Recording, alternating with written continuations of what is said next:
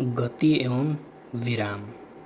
वेग में परिवर्तन की दर को कहते हैं त्वरण। त्वरण सदिश राशि है। किसी वस्तु की अंतिम स्थिति तथा प्रारंभिक स्थिति के बीच की न्यूनतम दूरी को कहा जाता है विस्थापन। विस्थापन एक सदिश राशि है। विस्थापन का मान हो सकता है धनात्मक, ऋणात्मक व शून्य। किसी वस्तु द्वारा इकाई समय में तय की गई दूरी का मान कहलाता है चाल। चाल अदिश राशि है।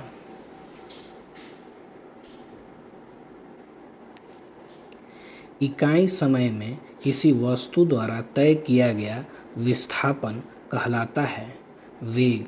वेग सदिश राशि है। एक समान वृत्तीय गति में त्वरण की दिशा होती है हमेशा केंद्र की ओर।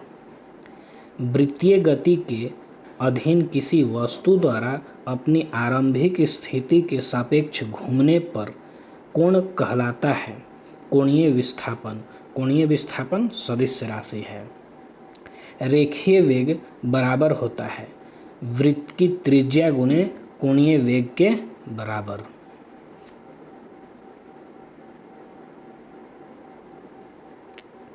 बल आघूर्ण के सिद्धांत पर कार्य करने वाली एक ऐसी युक्ति जिसकी सहायता से सुविधाजनक बिंदु पर बल लगाकर किसी वस्तु पर कोई कार्य किया जाता है, जैसे घिरनी, स्क्रू, जैक, उत्तोलक, आनत तल आदि, कहलाती है सरल मशीन। एक ऐसी सीधी अथवा टेढ़ी छड़ जो किसी भी निश्चित बिंदु के परितः स्वतंत्र पूर्वक घूर्णन के लिए स्वतंत्र हो कहलाती है उत्तोलक लीवर। उत्तोलक में प्रमुख बिंदु होते हैं तीन: आलंबन, आयास व भार।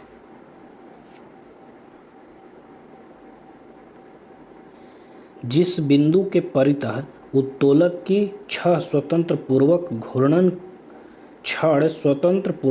घूर्णन कर सकती है उसे कहा जाता है आलंबन। उत्तोलक का उपयोग करने के लिए जो बल लगाया जाता है उसे कहते हैं आयास। उत्तोलक में जिस वस्तु पर कार्य किया जाता है उसे कहते हैं भार। उत्तोलक जिसमें आलंब, भार व आयास के बीच स्थित होता है प्रथम श्रेणी का उत्तोलक होता है। प्रथम श्रेणी के उत्तोलक के उदाहरण कैंची, सिड़ासी, हिंडोला, झूला, हैंडपंप इत्यादि। उत्तोलक जिसमें भार, शक्ति व आलंब के बीच स्थित होता है द्वितीय श्रेणी का उत्तोलक। द्वितीय श्रेणी के उत्तोलक के प्रमुख उदाहरण सरौता, नींबू निचोड़ने की मशीन, पहिया वाला ठेला गाड़ी इत्यादि। उत्तोलक जिसमें शक्ति, आयास, आलंबन व भार के बीच में स्थिर होता है तृतीय श्रेणी का उत्तोलक कहलाता है। स्टेपलर, चिमटा, मनुष्य का हाथ इत्यादि तृतीय श्रेणी का उत्तोलक है।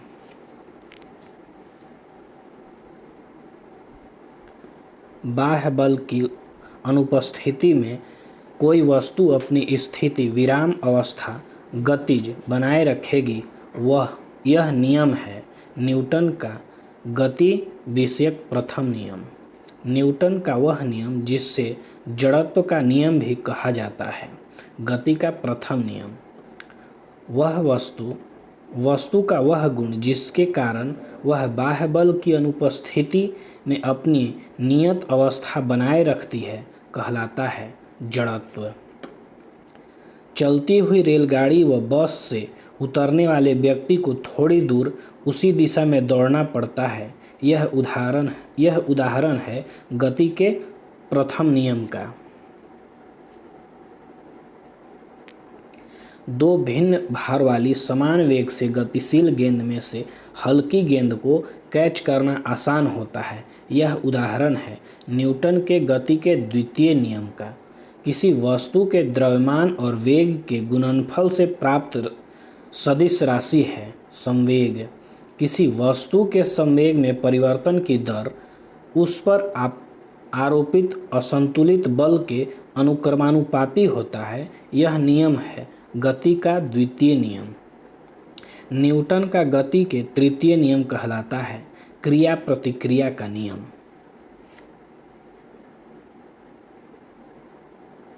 बंदूक से गोली दागने पर पीछे की ओर लगने वाला झटका उदाहरण है क्रिया प्रतिक्रिया के नियम का।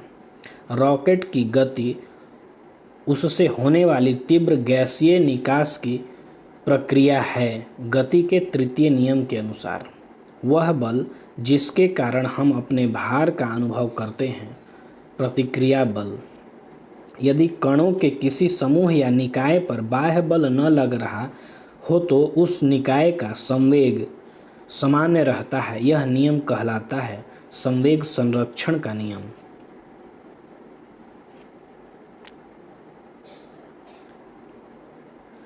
रॉकेट के वेग एवं त्वरण में वृद्धि आधारित है संवेग संरक्षण के नियम पर। वृत्तीय पथ पर गतिमान वस्तु पर वृत्त के केंद्र की ओर कार्यरत बल को कहा जाता है अभिकेंद्रीय बल। सड़क के मोड़ पर मुड़ने के लिए गाड़ी को आवश्यक अभिकेंद्रीय बल प्राप्त होता है टायरों व सड़कों के बीच लगने वाले घर्षण बल से। आकाश में उड़ता हुआ हवाई जहाज जब क्षैतिज पथ पर मुड़ता है तो वह तिरछा हो जाता है अभिकेंद्रीय बल प्राप्त करने के लिए।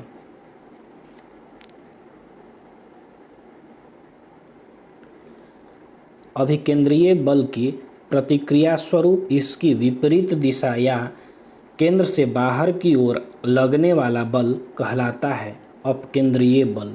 एक तीक्ष्ण वृत्ताकार पथ पर तीव्र गति से जाती हुई कार वांछित गति से अधिक होने पर बाहर की ओर पलट जाती है अपकेंद्रीय बल के कारण। दूध से मक्खन निकालने वाली मशीन व वॉशिंग मशीन कार्य करती है अपकेंद्रीय बल के सिद्धांत पर। किसी अक्ष के परितः एक बल जो बल के परिणाम व अक्ष से बल की क्रिया रेखा के लंबवत दूरी के गुणनफल के समान होता है कहलाता है बल आघूर्ण। बल आघूर्ण की इकाई है न्यूटन मीटर। यदि बल की क्रिया रेखा पिंड के द्रव्यमान केंद्र से गुजरती हो तो बल आघूर्ण होता है 0। बल युग्म के किसी एक बल तथा बल युग्म की भुजा के गुणनफल को कहा जाता है बल युग्म का आघूर्ण। पिंड का वह गुण जिसके कारण वह किसी अक्ष के परितः घूर्णन किए जाने वाली परिवर्तन का विरोध करता है कहलाता है पिंड का घूर्णन अक्ष के परितः जड़त्व आघूर्ण। रस्सी पर करतब दिखाने वाले नट द्वारा संतुलन बनाने के लिए एक लंबी लाठी का प्रयोग का कारण है अधिक जड़त्व आघूर्ण प्राप्त करना।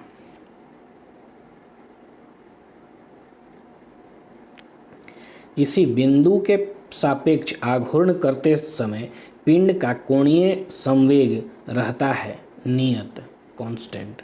किसी वस्तु का सापेक्ष पथ होता है परवलयाकार। प्रक्षेप्य गति करती हुई वस्तु जो क्षैतिज दूरी तय करती है उसे कहते हैं प्रक्षेप्य परास। किसी कण को अधिकतम परास प्राप्त करने के लिए जिस कोण पर प्रक्षेपित किया जाना चाहिए वह है 45 डिग्री कोण। यदि एक समान वेग से चल रही रेलगाड़ी से एक व्यक्ति प्लेटफार्म पर गेंद गिराता है तो प्लेटफार्म पर खड़े प्रक्षेप को उस गेंद का पथ दिखाई देगा परवलयाकार।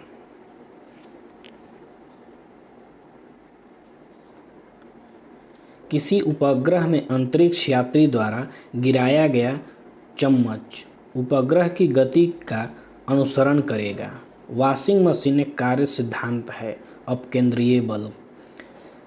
पत्थर को ठोकर मारने से व्यक्ति को चोट लगने का कारण है प्रतिक्रिया बल।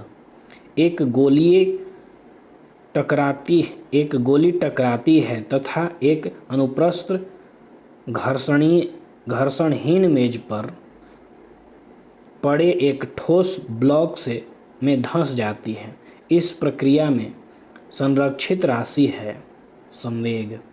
किसी प्रेशर कुकर में जिस तापमान पर खाद्य पकाए जाते हैं वह मुख्यतः निर्भर करता है ढक्कन में स्थिर छिद्र के क्षेत्रफल व ढक्कन के भार पर।